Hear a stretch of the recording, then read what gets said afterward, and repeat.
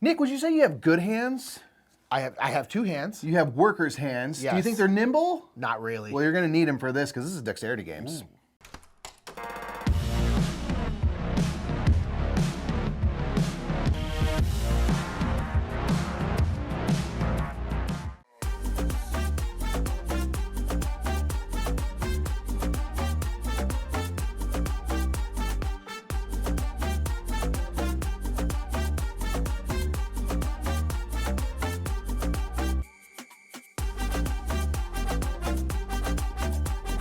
What's up, everybody? I'm Mike. I'm Nick. We're the Brothers Murph, and yes, it's time to talk about Dexterity Games. Doing a little bit of this. These are games where you're going to be stacking stuff. Doing a little bit of this. Flicking stuff. Doing stuff that requires fine motor function. Dexterity, yes. Yes, indeed. dexterity indeed. So these are games that for us have brought a lot of joy. Yes. There's those big kind of moments of the thing toppling over. We all have experience of playing Jenga as kids and stuff, the OG. The OG, yeah. And so we're going to talk about some of our favorite dexterity games to add some like really cool stuff and give us those big moments of kind of childlike fun.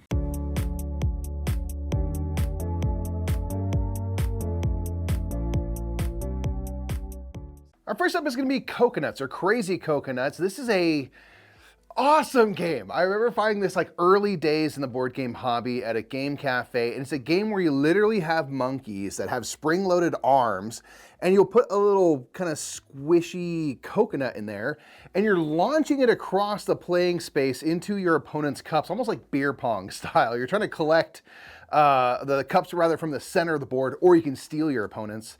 And you're trying to make a pyramid of 6 first. So this is like, there's strategy, you can aim and stuff like that, but it's just like silly, like just launching these coconuts into these cups that are just cause weird bounces and stuff, because the coconuts are coconut shaped. They're not like spherical, and they have some kind of rubber ball bounciness to them. So they will bounce into a cup, bounce out, bounce into another cup, or you have a perfect shot that doesn't go. It creates all of those like perfect big moments that I defy anyone to not enjoy themselves playing this game.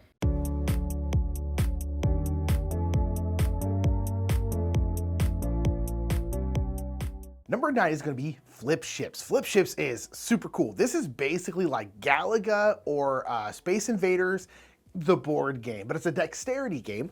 And this is a game where you have the kind of like 8-bitty, well actually they're not 8-bit in the game, but they're kind of the ships that are coming down like they do in Space Invader and stuff like that. And you are flicking these kind of like little tokens and trying to land on these ships. And each of you has like a couple different ships that you have, and those ships can get special powers throughout the game. And then you're trying to flick them on there. If you flick them onto a ship, it will do damage to that ship. Some ships are smaller and will only take like 1 or 2 damage to kill. Some will take more, which means you have to hit them multiple times. And again, it's all about where your chip lands. So it might flip and then bounce around, but if it lands on a card at all, that means it's gonna be hitting it. But then some of the ships out there might be like shielding ships to the right and left of them. So you're like aiming for those so it's not shielding those other ones from damage. Again, like I said, you can upgrade your ships where maybe now your ship can hit the card and maybe also the card next to it or something like that. It's really, really cool. And then these cards and these ships are just going every round. So they're getting a little bit closer, but it's also getting a little more dangerous. If they ever get down to the bottom, they're essentially falling into the city and destroying it, and that's how you lose, because it's a big cooperative game. And then eventually the big mothership will come out, which is like this cardboard mothership, and what you're trying to do then is you're trying to flick your ships into the motherboard. It's insane. I love it. It's such a cool idea. It's such a cool way to do kind of like an analog dexterity version of like a Galaga or Space Invaders. It's super, super cool. I love Flip Ships.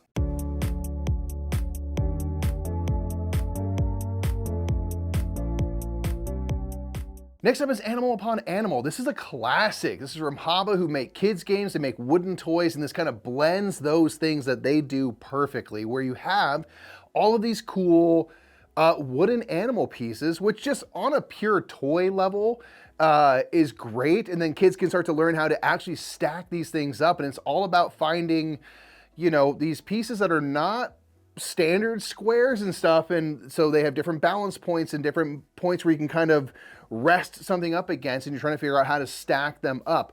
You're rolling a die to determine, you know, what pieces you have to add from your little personal pile.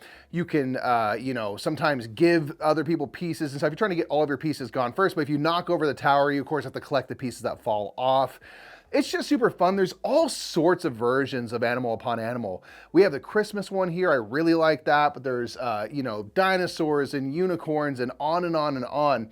So I like to just grab pieces, like mix and match sets and do crazy stuff like that, but it's just super duper fun, very classic stacking.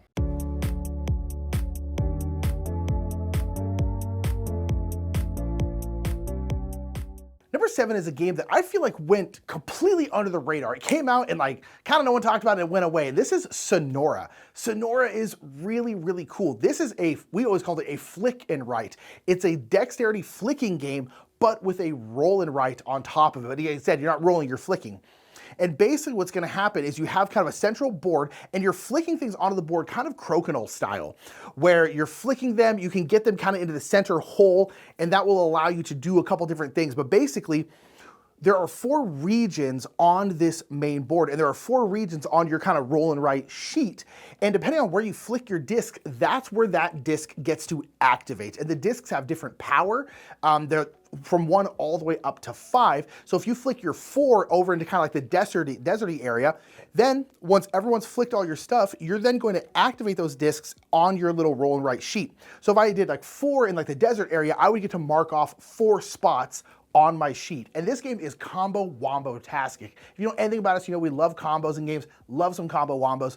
And this one is all about that, because you get to mark off this. This then allows you to mark off 1 on this part of your sheet, which then allows you to mark off 1 on this part of your sheet. And again, the 4 regions of the kind of Crokinole area correspond to your sheet, and they all kind of score in different ways. And so you can go like really, really heavy into like 1 area or 2 areas, kind of spread it out. But it's all about flicking and all about trying to get onto these very certain spots of the board, which I think is a really interesting way to do kind of like a roll and write. Instead of just rolling dice and seeing kind of what you get, or flipping cards and seeing what you get, in this case, it's flicking. And I think it's a really interesting take on it.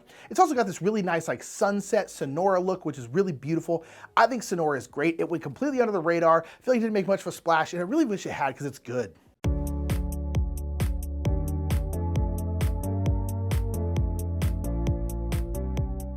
Next up is going to be a newer one to us. This is a Nekojima. This is a game where you are building these kind of power lines. So when you go to add a piece, you actually have these kind of 2 wooden dowels with a little bit of string attached, attaching them together. And you will have to add a piece onto the central board, usually into 2 different kind of quadrants of this like little circle board. And there's a few rules. 1, these are power lines, so you can't have the wires touch any other wires, aka strings, of other pieces that have already been placed. You can stack dowels on top of dowels. The dowels are of different length and stuff, so you might have one end is really short, one end is long. So how do I make that work? I can't, of course, have the wire touch the ground either. That'd be dangerous for people. And so this is one I really enjoy, because it has the classic kind of Jenga style, when's it gonna topple over thing. But it's difficult, and so I kind of find it better as like for adults to play, along with, you know, kids and stuff, of course, because like the actual placement of the dowels is harder than I'd say like another kind of typical stacking dexterity kind of game. So if you want a little bit more challenge while giving some of those kind of Rhino Hero type of feelings with certain things, Nekojima is a really interesting one to play.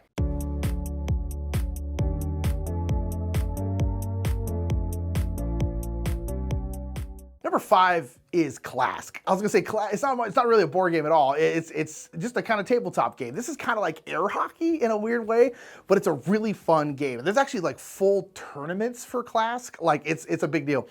But nonetheless, Klask is a great game where, again, it's kind of like air hockey, where you have a ball and you have a kind of table, looks kind of like a little soccer arena kind of thing, and then you have a magnet, and you have a little pond that's on top of the kind of arena, and then you have a magnet and then underneath it, so that you can move your thing underneath the table, and you are hitting this ball, and you're trying to get it into your opponent's goal, a little hole. But there's actually a couple different ways that you can score in the game. One, if you cause someone to Klask. Klask is when if you accidentally move your thing around and accidentally bring your little pawn into your own hole, that is a Klask, and that gives your opponent a point. Obviously, if you score a goal, you get a point. But there's also, we always call them marshmallows. There's all of these 3 little white magnets, because again, everything's magnetic.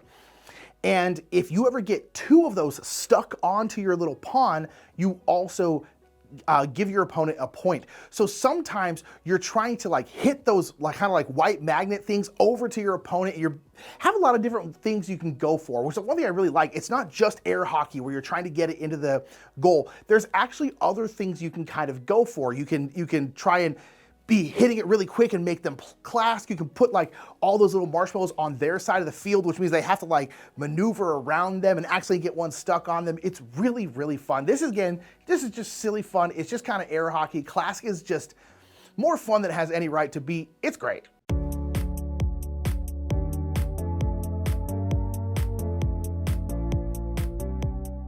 Next up is Strike. This is just so fun and, you know, silly, and it has just enough strategy to be considered a game, but it's really about the fun thing and the box presence, because you actually play in the box of this game, which is an arena, like a coliseum, and you are throwing dice in there, which are your gladiators, your fighters essentially, and you are hoping to, when you throw in a die, have at least 2 of the dice or more have the same value. And if you have it, there's 3 2s, for example, that are now rolled into the Coliseum. You can then collect them, and you want to make sure you have dice in your hand the longest. The last player that still has dice in their hand is the winner. So if you ever lose all your dice, of course, you get knocked out of the game. What's really interesting is the 1 value for each die is simply an X, where that means anytime you roll stuff, any X's that appear, those gladiators are gone. They're out of the game. So there's always the risk that no matter what you roll, stuff gets lost. If you roll something and you don't create any duplicates, you can choose to end your turn, or you can choose to roll another die from your supply and kind of push your luck or kind of see how much you're willing to invest in this turn, what are an acceptable amount of losses to take. And that's really kind of the main strategy. But there's all sorts of stuff where the Coliseum has a little bit of bounce to it. So you're trying to like ricochet off the walls, knock into dice and change their faces and do these different things, but it's just barely controlled chaos. And that is the best possible thing for it to be. Just let yourself roll dice, do crazy stuff. There's big swings where the entire arena might empty and then someone has to throw all of their dice and stuff like that. It's just super fun.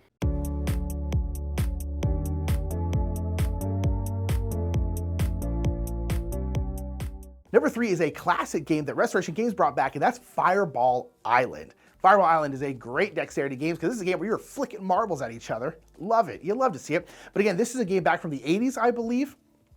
And then they kind of revamped it, made it more modern, and made it much more of a game, because the old game, we've played it before, the old version. It's like, it's much more of a kind of an activity, but now it's an actual game where you are going around the island and you are trying to collect treasures, and you're moving around the island and you're playing out these cards, and these cards also might allow you to flick fireballs. There are fireballs kind of strategically placed around the island, and you can kind of move and go boop and flick it, and you're trying to knock over your opponents. If they knock over your opponents, they have to get rid of a treasure.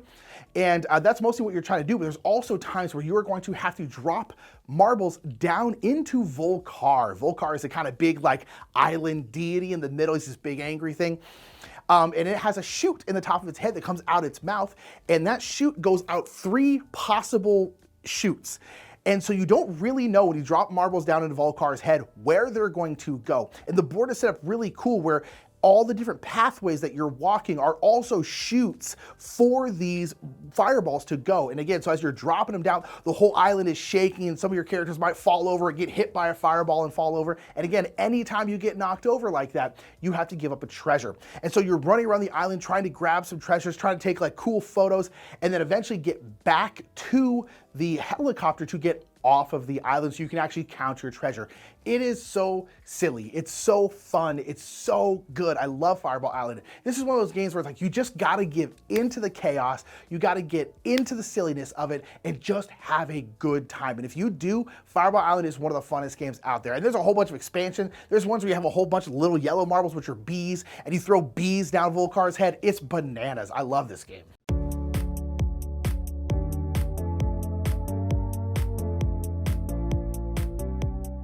Now this one is Rush MD. This is the biggest in terms of like gameplay and mechanisms and things, dexterity game that we have really come across. This is a game where you're running a hospital. It's a cooperative game.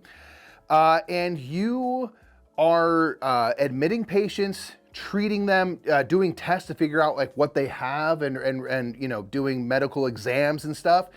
And then giving them what they need to get them cured and kind of increase the prestige of your hospital. And stuff like that. Now, what's really fun is this game has kind of like a chaotic element in that it's real time. Your workers are sand timers. So when you go and place your doctor down or one of your nurses, they have to stay on that worker placement spot until their sand timer runs out. And then you can flip them and move them to a new spot. But this game adds like little mini games where the different exams have different things that you are having to do. There are dexterity elements, which is why it's on this list, where if I am doing surgery, there's like these little organ pieces, but you can't touch them with your hands. That's not sanitary. So you have to use these tweezers that the game comes with to actually pick up and place things and sometimes put into, you know, these little syringes and all sorts of stuff. You're having to do these things with these added layers of dexterity, which is being added to the real-time element, which is being added to the worker placement and kind of resource management going on. It's a lot. So most dexterity games are typically fairly easy, fairly smooth on the rules. This one gives you a lot of stuff, throws a lot of things at you, but I really enjoy it for, you know, having that opportunity once in a while to really go for a bigger game that still has all this chaos at its center.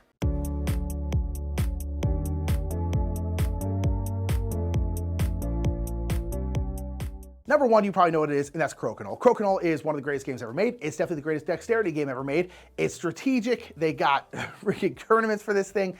Crokinole boards are really, really wonderful, really pretty. Crokinole is the best. Crokinole is a flicking game, a 2 to 4 player flicking game where you are flicking kind of like, it's honestly kind of like shuffleboard in the sense where you are flicking your discs to the center of the board. The closer you are in, the more points those are going to be worth. If you get it into the kind of hole in the middle, that is worth, I think, 20 points, if I remember correctly, or 40, somewhere there. It's worth a lot of points. And then basically, again, it's going to be subtraction scores. So, you know, if I made 100 points, 100 is a lot. If I made 50 points, Mike made 30, I would get 20 points, that kind of thing. But the cool thing about Crokinole is the kind of central area, which is worth the most points, has these bumpers in it. And when you hit those bumpers, your thing really careens around the board. And on top of that, after your opponent has flicked something onto the board, for your flick to be valid, you have to touch at least one of your opponent's discs. So if you flick it and it doesn't hit anything or only hits your owns, that disc comes off the board and it doesn't count. So a lot of it is maneuvering and trying to put your own stuff in good scoring positions, but not making them very easy for your opponent to hit. And then you are trying to like hit your opponent's stuff and then maybe careen over into the middle. There's a lot of sneaky little strategy in a very fun flicking game. I love Crokinole. I love Crokinole boards. A lot of them are like very beautiful, made out of like wonderful wood. They're very expensive. Crokinole boards and Crokinole in general are just amazing and it deserves to be number one.